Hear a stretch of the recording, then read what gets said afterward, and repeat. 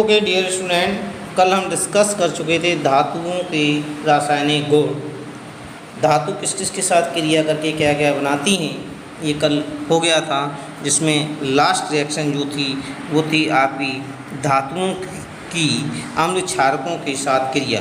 तो धातु जब अम्ल या क्षार के साथ क्रिया करती हैं या आम क्षार के साथ क्रिया करती हैं तो वो हाइड्रोजन गैस को लिबरेट करती हैं। जैसे यदि टिन की क्रिया सोडियम हाइड्रोक्साइड के साथ जल मिलाकर यानी सोडियम हाइड्रोक्साइड के जलीय विलयन के साथ की जाए तब सोडियम स्टेनेट बनता है। और यदि जिंक की क्रिया सोडियम हाइड्रोक्साइड के जलीय विलयन के साथ किया जाए तब सोडियम जिंकेट बनता है। Sn plus twice NaOH plus H2O equal to Na2SNO3 plus twice H2 hydrogen gas liberate होती है। यानी Zn plus twice NaOH is equal to Na2ZNO2 plus H2O यानी सोडियम जिंकेट हाइड्रोजन गैस निकलती है। Clear. अब मैंने आपको एक चीज़ इससे पहले चैप्टर में बताई थी कि जो हाइड्रोजन गैस लिबरेट होती है उस हाइड्रोजन गैस का टेस्ट हम कैसे करते हैं। क्लियर है। तो देखें, एक क्या लेते हैं, गोल पेंदी का फ्लास्क लेते हैं, उसमें कॉर्क लगा देते हैं और इसे कॉर्क लगाने के बाद इसे क्या करते हैं, हम स्टैंड से कस देते हैं। क्या कर देते हैं, स्टैंड से कस देते हैं। और जैसे ही इसे स्टैंड से कसते हैं क्या कर देते हैं, स्टैंड से कस देते हैं। क्लियर है। ये इस तरह से यहाँ पर बर्नर लगा देते हैं। क्लियर। इसमें एक कॉर्क लगाते हैं, इसमें एक लगाते हैं ग्लास ट्यूब, और ग्लास ट्यूब का एक सिरा तो किससे, गोल पेंदी के फ्लास्क से कनेक्ट करते हैं और दूसरा सिरा जो होता है एक यहाँ पर टब लेते हैं, उस टब में डाल देते हैं। और इस टब में जो होता है वो क्या लेते हैं, हम सोप सॉल्यूशन। क्या चीज़ लेते हैं इसमें, साबुन का पानी। क्या लेते हैं, साबुन का पानी लेते हैं। इसमें जो साबुन का पानी लेते हैं, किसका, साबुन का। अब इसे करते क्या है, सर्वप्रथम इसमें क्या करते हैं, जो जिंक वगैरह होती है, कोई भी मेटल वगैरह होती है, उसके छोटे छोटे पीस डाल देते हैं और यहाँ पर एक थिसिल लगा देते हैं। क्या लगा देते हैं, थिसिल लगा देते हैं। जब इसमें एक थिसिल लगाते हैं, और ये थिसिल किसके लिए लगाते हैं, ये थिसिल लगाते हैं हम इसमें क्या करने के लिए, H2SO4 यानी एसिड मिलाने के लिए।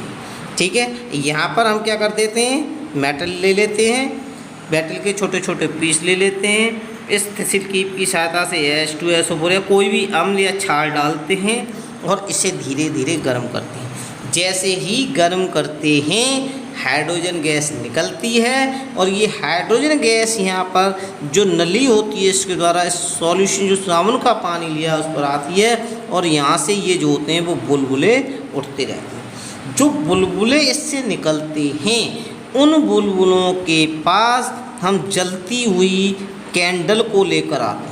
किसको लेकर आते हैं, जलती हुई कैंडल को। और जलती हुई कैंडल को जैसे ही इन बुलबुलों को दिखाते हैं, ये बुलबुले जो होते हैं तेज ध्वनि यानी पॉप साउंड के साथ फट जाते हैं। इससे ये सिद्ध होता है कि जो निकलने वाली गैस है वो हाइड्रोजन गैस है। तो हाइड्रोजन गैस का ये कभी कभी टेस्ट आपके यहाँ पूछ लिया जाता है, इसलिए इसे सभी बच्चे याद रखेंगे। इसके बाद नेक्स्ट आता है संक्षारण यानी कोरोजन। क्या चीज़, कोरोजन। जैसा हमने देखा है, आप लोग जानते हो कि लोहे की कोई भी चीज़ यदि हम ले लें और वो नमी के कांटेक्ट में आ जाए यानी पानी के कांटेक्ट में आ जाए तो उस पर धीरे धीरे जंग लगना शुरू हो जाती है। यानी उस मेटल का क्षय होना, डिके होना शुरू हो जाता है। यानी वो मेटल जो होती है वो गलनी शुरू हो जाती है। जैसे नल के पाइप होते हैं या नल में जो बोल्ट लगे होते हैं उन पर पानी जाता रहता है और वो उसमें बोल्टों में जंग लगती जाती है और काफ़ी समय पश्चात वो टूट भी जाते हैं, बेकार भी हो जाते हैं, जंग लग जाते हैं। जैसे कोई टूट गया फिर उसे खोल लें तो वो खुलता भी से आसानी के साथ नहीं। तो कहने का मतलब क्या है कि जैसे ही कोई भी धातु नमी के कांटेक्ट में आती है, जैसे आयरन जब नमी के कांटेक्ट में आता है तो उसका क्षय होना शुरू हो जाता है, जिसे जंग लगना कहते हैं। क्या कहते हैं? जंग लगना कहते हैं। ठीक है, ये किसके कारण जो ज़्यादातर सबसे ज़्यादा जंग लगती है वो आयरन में लगती है, लोहे में लगती है, और इसकी रासायनिक अपक्रिया होती है 4Fe + XH2O + 3O2। XH2O क्यों लिए हैं? क्योंकि जल का पता ही नहीं कितने मोल हैं, इसलिए X लिख दिया है मोल को। तो हमारा फार्मूला बनता है 2Fe2O3 × XH2O, जिसे जंग कहते हैं। ये जंग का फार्मूला होता है और ये ब्राउन कलर की होती है, भूरे कलर की होती है। कैसी होती है? भूरे कलर की होती है। लेकिन ये कब लगती है? अधिकतर जंग जो होती है वर्षा ऋतु में लगती है। क्यों? क्योंकि उस समय जो हवा चल रही होती है उसमें पानी की मात्रा होती है, यानी हवा में नमी होती है, जिसके कारण क्या होती है? जंग लगती है। ठीक है, लोहे में जंग लगने के लिए दो स्थितियां आवश्यक होती हैं। कौन कौन सी? एक तो नमी होनी चाहिए और एक क्या होनी चाहिए? आपकी ऑक्सीजन होनी चाहिए। जब ये दोनों चीज़ें होती हैं तब क्या होता है? जंग लग जाती है। क्या होती है? तब जंग लगती है। और इस जंग लगने को ही क्या कहते हैं? संक्षारण कहते हैं। क्या कहते हैं? संक्षारण कहते हैं। जैसे अब देखें, इसमें ये 3 एक एक्सपेरिमेंट लिखा है। ABC 3 टेस्ट ट्यूब ले लिए, प्रत्येक टेस्ट ट्यूब में लोहे की कील डाल दी है। टेस्ट ट्यूब A में आश्रित पानी डाला है, ठीक है, जिससे कि जो कील है वो आधी डूब जाए, और टेस्ट ट्यूब का मुंह बंद कर दिया। B में पूरी तरह पानी में डुबा दिया है, कॉर्क लगा दिया जिसके कारण इसके अंदर हवा न जाए। C को शुष्क कैल्शियम के अंदर रख दिया है। यानी 3 टेस्ट ट्यूब लिए। 3 टेस्ट ट्यूब में क्या किया है? एक में पानी ले लिया और कील डाल दी, कील को आधा पानी के में डुबा दिया और उसे हल्का सा टाइट कर दिया। दूसरी टेस्ट ट्यूब में पानी लिया है और उसमें कील को पूरा डुबा दिया और उसे एयर टाइट यानी वायु रोधक कर दिया, इसमें के अंदर वायु ना जा सके। तीसरे में कील ली है और उसे इसमें कैल्शियम क्लोराइड डाल दिया है, जो निर्जलीय होता है, यानी पानी को एब्जॉर्ब करता है।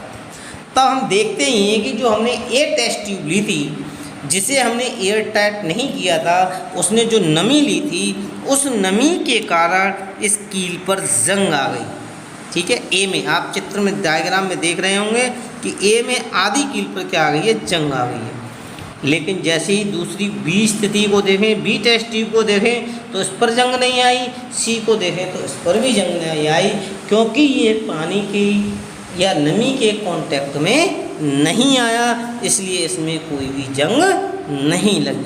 तो इससे क्या सिद्ध होता है? इससे सिद्ध ये होता है कि जब धातु यानी कौन सी धातु? आयरन या और कोई जिस पर जंग लगती है, जैसे आयरन धातु जब वायु की नमी के कांटेक्ट में या पानी के कांटेक्ट में आती है तब उस पर क्या होता है? जंग लग जाती है। क्या होता है? तब उस पर जंग लग जाती है।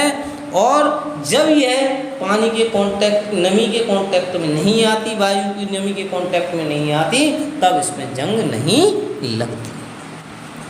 इस संक्षारण को किस प्रकार हम रोक सकते हैं? उसकी कुछ विधियां हैं। तो देखें क्या हो सकता है। आपने देखा होगा कि जब किसी चीज़ पर जंग लगनी शुरू हो जाती है तो हम उसे देखभाल से रगड़ देते हैं पहले, और साफ करने के बाद उस पर पेंट कर देते हैं। क्या कर देते हैं? पेंट कर देते हैं, या उस पर तेल लगा देते हैं या ग्रीस लगा देते हैं। ठीक है, और मेन कारण क्या होता है कि जहाँ पर जंग लगने का खतरा होता है वहाँ से हटा देते हैं, उसे क्या करते हैं? हटा देते हैं। नेक्स्ट होता है हमारा गैल्वेनीकरण के द्वारा भी कर देते हैं। तो जो गैल्वेनीकरण क्या होता है, जो लोहे की हमारी चीज़ें होती हैं उन पर क्या होता है? जस्ते की परत लगा देते हैं, और जस्ते की परत लगाना ही गैल्वेनाइजेशन यानी गैल्वेनीकरण कहलाता है। ठीक है, तो इस प्रकार जो धातुएं होती हैं उनके संक्षारण को रोका जा सकता है। तो ये हो गया हमारा संक्षारण। एक होती है इस मिश्र धातुएं। मिश्र धातुएं क्या होती हैं कि जैसे सपोज करो लोहे में जंग लग रही है तो उसमें कोई अन्य धातु मिला दी है, तो वो हो जाती है मिश्र धातुएं, और उससे क्या होते हैं बर्तन वगैरह। मिश्र धातुएं होती हैं जब 2 या 3 का मिश्रण करके जो बनाई जाती हैं। एक धातु के गुण को सुधारने के लिए जब उसमें दूसरी धातु मिला दी जाती है तो ये मिश्र धातु कहलाती है। ठीक, ये जो होती हैं वो एक निश्चित अनुपात में मिलाई जाती हैं। जैसे आपने सुना होगा 24 कैरेट सोना, 22 कैरेट सोना। तो 22 कैरेट सोने का मतलब क्या है?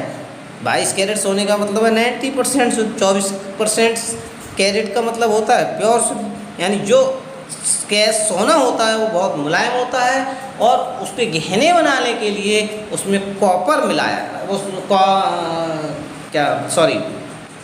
उसमें सीधा कॉपर मिलाते हैं। क्या मिलाते हैं? कॉपर मिलाते हैं, जिससे वो मजबूती प्रदान कर ले, जिससे उसमें मजबूती आ जाए। इससे आगे नेक्स्ट वीडियो में करेंगे। ओके।